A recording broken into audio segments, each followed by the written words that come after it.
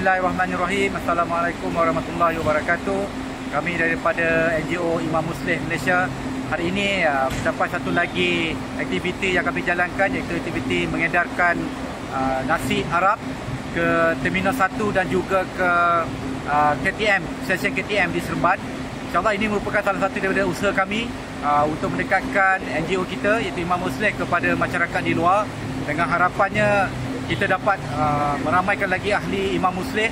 Setidak-tidaknya dalam usaha kita ini kita boleh dapat 10% daripada flyer-flyer yang kita berikan untuk kita dekatkan lagi rakyat di luar ataupun umat di luar untuk bersama-sama dengan Imam Musleh.